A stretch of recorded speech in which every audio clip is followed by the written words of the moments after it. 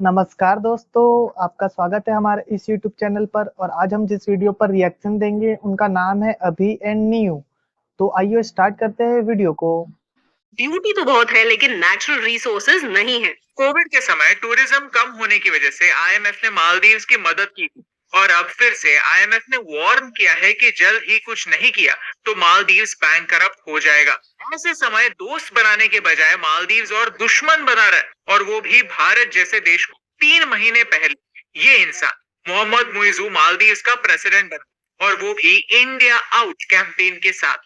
मुइज़ो के anti India sentiments कोई secret बात नहीं है, उन्हें हमने इस वीडियो में एक्सप्लेन भी किया है। मॉलडीव्स की जियोग्राफी देखें तो भारत से अच्छे संबंध होना उनके ही फायदे में है, क्योंकि उनके सबसे नजदीक होने वाली बड़ी इकोनॉमी हम ही है। पास्ट में भारत ने मॉलडीव्स को $1.4 बिलियन एड के तौर पर दिए हैं। भारत ने मॉलडीव्स को डिफेंस इक्विपमेंट के लिए $50 बिलियन का एक क्रेडिट लाइन भी दिया है। भारत ने ही मॉलडीव्स को कोविड के समय वैक्सीन भेजी। नेबरहुड फर्स्ट पॉलिसी के साथ हमारे नेबर से अच्छे रिलेशंस बनाए रखते हैं, लेकिन मुइजू इलेक्ट होने के बाद उन्होंने मालदीव्स की काफी पुरानी ट्रेडिशन तोड़ी। भारत को छोड़कर वो टर्की और फिर चाइना गए, और तो और उन्होंने चाइना के साथ 20 अग्रीमेंट्स भी साइन किए। ये सब तभी हुआ जब भारत ने सब लोग बॉयकॉट मालदीव्स स्ट्रॉन्ग कर रहे थे, यानी ये भारत के लिए एक स्ट्रॉन्ग मैसेज। मालदीव्स एक छोटा देश है, कमजोर देश है, लेकिन फिर भी वो भारत के सामने झुकने के लिए रेडी नहीं है। और ये पॉसिबल तभी हो सकता है जब उन्हें किसी बड़े पावर का सपोर्ट हो। 2011 के पहले चाइना और मालदीव्स के बीच कोई रिलेशन नहीं था। 2011 में चाइना ने मालदीव्स में एम्बेसी खोली और तब से अब तक वो मालदीव्स का सबसे बड़ा दोस्त बन चुका है। लेकिन ये दोस्ती मालदीव्स की नहीं, चाइना के फायदे में है। कैसे, चलिए समझते हैं। Chapter 2, चाइना's master plan. मालदीव्स के ऑफिशियल्स ने हमारे प्राइम मिनिस्टर को एक क्लाउन कहा, और इसके लिए मालदीव्स ने एक भी बार माफी नहीं मांगी है। क्यों? क्योंकि उन्होंने चाइना में प्रॉमिस किया है कि हम चाइना से मालदीव्स आने वाले फ्लाइट्स डबल कर देंगे। अगर इंडियन टूरिस्ट मालदीव्स आना बंद कर देते हैं तो कोई बात नहीं, हम डबल टूरिस्ट भेजेंगे। हम आपको ग्रांट्स देंगे, आपको बेल्ट एंड रोड इनिशिएटिव का हिस्सा बनाएंगे। यानी भारत ने बॉयकॉट करने के बाद होने वाले सारे नुकसान को हम अब्सॉर्ब कर लेंगे। आपकी इकोनॉमी पर इम्पैक्ट होगा 0। लेकिन कोई भी चीज फ्री में आती नहीं। चाइना मालदीव्स को खरीदना चाहता है in spite of the fact that Maldives डूबने वाला है, फाइनेंशियली ही नहीं लिटरली भी। साइंटिस्ट कहते हैं कि 2100 यानी इसी सेंचुरी के पहले मालदीव्स कंप्लीटली अंडर वाटर होगा, और ये चाइना के लिए फायदे का सौदा होगा, क्योंकि मालदीव्स धीरे धीरे अपना सारा लैंड चाइना को बेच देगी। और जब मालदीव्स डूब जाता है तो आसपास का समंदर भी चाइना का हो जाएगा, यानी मालदीव्स डूबने के बाद चाइना का असली प्रॉफिट शुरू होगा। ये बात समझने के लिए आपको कोई जियोपॉलिटिक्स एक्सपर्ट होने की जरूरत नहीं है, बस आंखें खोलने की जरूरत है। 1982 में यूनाइटेड नेशंस ने लॉ ऑफ द सी में ये एक्सक्लूसिव इकोनॉमिक जोन्स डिफाइन किए। इन एरियाज पर सॉवरेन राइट उसी पर्टिकुलर देश का होता है। एक देश के एक्सक्लूसिव इकोनॉमिक जोन में वो देश आर्टिफिशियल आइलैंड्स और स्ट्रक्चर्स बना सकता है, मरीन साइंटिफिक रिसर्च कर सकता है, और मरीन एनवायरनमेंट प्रिजर्वेशन के लिए स्टेप्स भी ले सकता है। और ये कोई छोटा एरिया नहीं है, ये 200 नॉटिकल माइल्स तक एक्सटेंड होता है। भारत का एक्सक्लूसिव इकोनॉमिक जोन कुछ ऐसा दिखता है, मालदीव्स का एक्सक्लूसिव इकोनॉमिक जोन कुछ ऐसा दिखता है। यानी मालदीव्स रहे या ना रहे, जब तक मालदीव्स ऑन पेपर एग्जिस्ट करता है, उसके आसपास के पानी में क्या होता है मालदीव्स डिसाइड कर सकता है। और चाइना यही हक मालदीव से छीनना चाहता है, ताकि इंडियन ओशन और अरेबियन सी में चाइना की पावर बढ़े। ये है चाइना का असली मास्टर प्लान। इन्वेस्टमेंट करो, कर्जा बढ़ाओ और पूरे देश को मजबूर करो। मालदीव्स को ये समझना जरूरी है कि चाइना को मालदीव्स के लोगों से कोई प्यार नहीं है। चाइना मालदीव्स के लोगों को एज रेफ्यूजीज कभी भी एक्सेप्ट नहीं करेगा। चाइना उइगुर मुस्लिम्स के साथ कैसा व्यवहार करता है हम सबको पता, जिसके बारे में एक वीडियो हम आने वाले टाइम में जरूर बनाएंगे। मालदीव्स का जीडीपी कुछ $5 बिलियन का है, लेकिन मालदीव्स पर $3 बिलियन का कर्जा है, जिसमें से वर्ल्ड बैंक कहता है कि मालदीव्स का 42% डेट चाइना से है। Official date. आज मुइजू कहता है कि गवर्नमेंट कोई भी डेवलपमेंट प्रोजेक्ट स्टार्ट ही नहीं कर सकती क्योंकि उनके पास ऐसा ही नहीं है। यानी कंक्लूजन यही है कि मालदीव्स पर 3 तरफ से फाइनेंशियल बर्डन्स आए हुए हैं। एक, मालदीव्स की इकोनॉमी का 28% टूरिज्म सेक्टर से आता है, जो कोविड के बाद सफर कर रहा है। 2, चाइना डेट ट्रैप डिप्लोमेसी में उन्हें फंसा रहा है।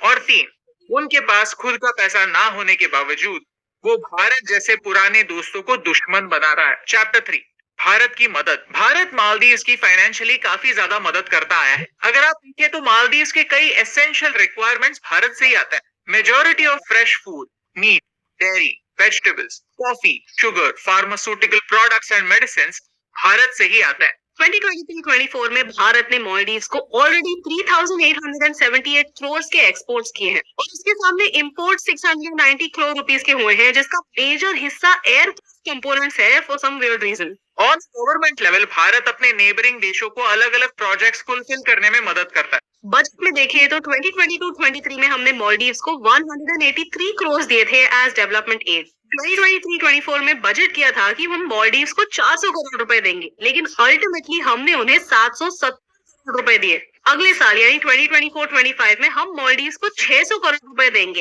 एटलीस्ट बजट में तो यही लिखा था। And this is not even counting how much Maldives earns from Indian tourists. Maldives के टोटल टूरिस्ट में से 11% टूरिस्ट तो इंडियंस होते हैं। मालदीव्स में जैसे ही एंटी इंडिया सेंटिमेंट बढ़ता गया, उन्होंने एक के बाद एक स्टेप्स लेना स्टार्ट किया। हाल ही में मालदीव्स ने 186 फॉरेन नेशनल्स को डिपोर्ट किया फॉर कमिटिंग क्राइम्स, जिसमें से 43 नेशनल्स इंडियंस थे। इंटरेस्टिंग बात यह है कि इन डिपोर्टेड लोगों में बांग्लादेशी शामिल है, श्रीलंकन शामिल है, लेकिन एक भी चाइनीज पर्सन शामिल नहीं है। मालदीव्स कहता है कि जो लोग उन्होंने डिपोर्ट किए वो लोग इलीगल बिजनेसेस चला रहे थे। मालदीव्स में ऐसा कोई कानून नहीं है कि रजिस्ट्रार कोई भी बिजनेस बंद कर सकता है अगर फॉरेनर ने वो रजिस्टर किया हो।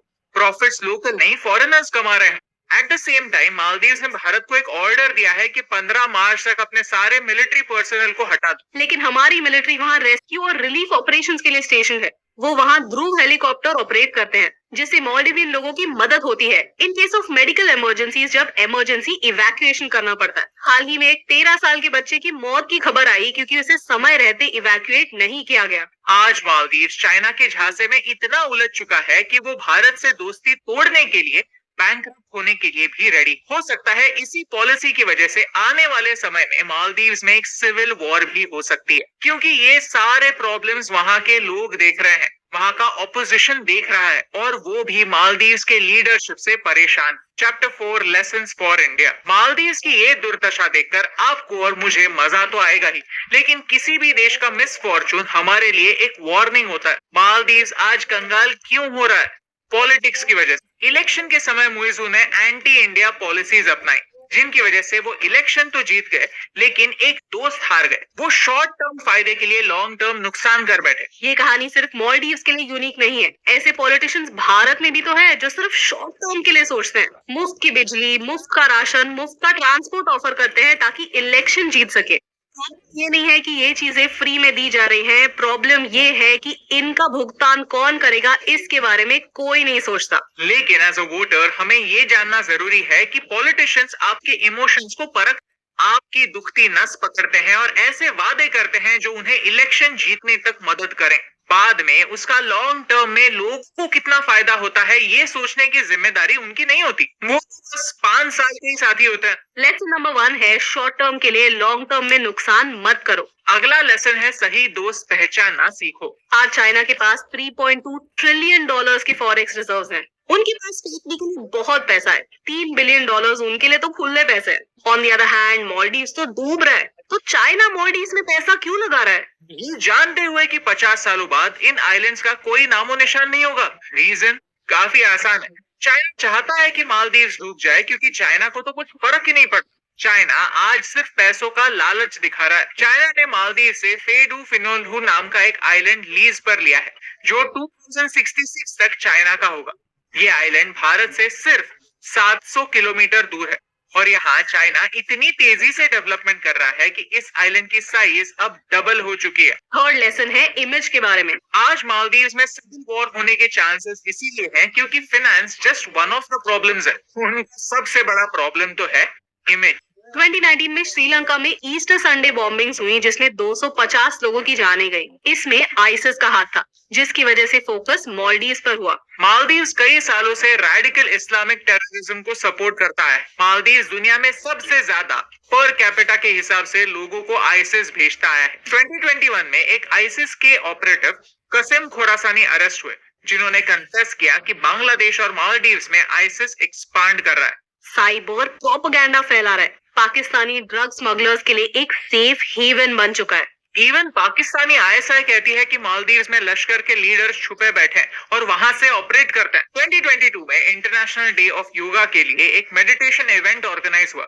जिसमें 150 प्रोटेस्टर्स घुस गए और वायलेंट हो गए। उनका कहना था कि योगा और मेडिटेशन इस्लाम के प्रिंसिपल्स में नहीं बैठता। याद रहे कि दुनिया भर की 192 देशों में ऐसे ही सिमिलर इवेंट्स ऑर्गेनाइज हो रहे थे जिनमें से 44 इस्लामिक देश थे, लेकिन प्रॉब्लम तो सिर्फ मालदीव्स में हुआ। ओवरऑल जहां आज तक मालदीव्स की इमेज एक हॉलिडे डेस्टिनेशन की थी, वो धीरे धीरे एक रेडिकलाइज देश की हो रही। मालदीव्स पैसों के मामले में बैंकरप्ट हो या ना हो, लेकिन मॉरली बैंकरप्ट जरूर हो चुका है। ये सारे लेसन्स भारत के लिए काफी इंपॉर्टेंट हैं because nothing happens in isolation. आज हम एक इंटरकनेक्टेड दुनिया में रहते हैं। देश के एक कोने में होने वाली बात एक इंटरनेशनल न्यूज बन जाती है, पता भी नहीं चलता। तो भारत के लिए सबसे बड़ा लेसन यही है कि हमारे एक्शंस मैटर करते हैं, क्योंकि अगर मालदीव्स बैंकरप्ट होता, अगर मालदीव्स डूब जाता है तो सबसे बड़ा नुकसान भारत का ही होगा, क्योंकि इंटरनेशनल मीडिया और यूएन जैसी ऑर्गेनाइजेशंस हमें ही कहेगी कि अब इन रेफ्यूजीज को ले लो, यानी ऐसे लोग जो ऑलरेडी रेडिकलाइज हो चुके हैं वो भारत में ही आएंगे। And on the other hand उनके लैंड पर चाइना कब्जा कर लेगा, यानी मालदीव्स के बैंकरप्सी में भी भारत का नुकसान है। अगर आपको इस वीडियो से वैल्यू मिली, कुछ नया सीखने मिला, तो इसे अपने दोस्तों के साथ शेयर कीजिए, क्योंकि कभी कभी लगता है कि भारत को एक गुड नेबर होने की बहुत बड़ी प्राइस चुकानी पड़ती है, और जियोपॉलिटिक्स का खेल कुछ ऐसा ही होता है, where we have to keep our friends close, enemies closer. और यही इंपॉर्टेंट बात आप तक पहुंचाने से मुझे फर्क पड़ता है।